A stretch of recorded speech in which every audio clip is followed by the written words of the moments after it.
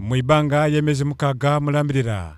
Pitipiti ediwera 20 n'omusobyo nedibibwa ebusiyeyo. Okotako badereva baya bagenda kwirala abayitibwa.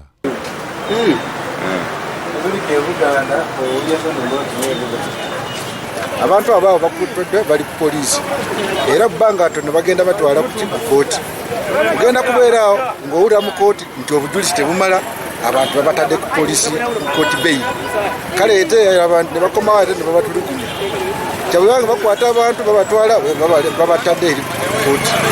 Obuzibu bw'ekooti bwerina enakutuyamba omuntu ffe tulabe. Wabwire Gerald awondi kubene pitipiti eruyeyo ebusia akobanta abantu basatu nabankagemebwako bayambe ku polisi mukumba menkereza kuchiba pitipiti ekiri eruyeyo.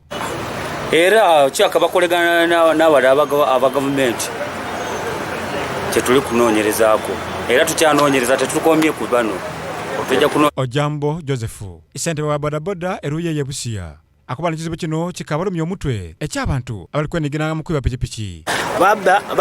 Baba pikipiki ne bata ababodaboda ne baleka famile zaabwe n'abaana bonna ne babalekaawo nga babonaabona n'abe polisi bwe bakutte weetyo red handed.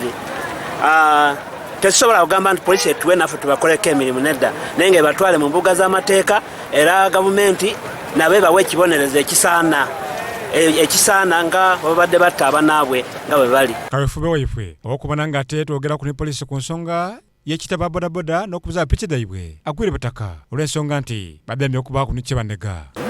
Naye yange gwali mwezi gwa kutaano 2018 bagitako omwana awo ku Eastern Division omuteeso bwe baziika saidi z'esoroti paka nakati terabekangako naye nga kirabika bano babbi bebenyina ababba piki yange kulwakuba babeerangawo mu Kayola ate omwana naye yali afugirawo mu Kayola wenyini.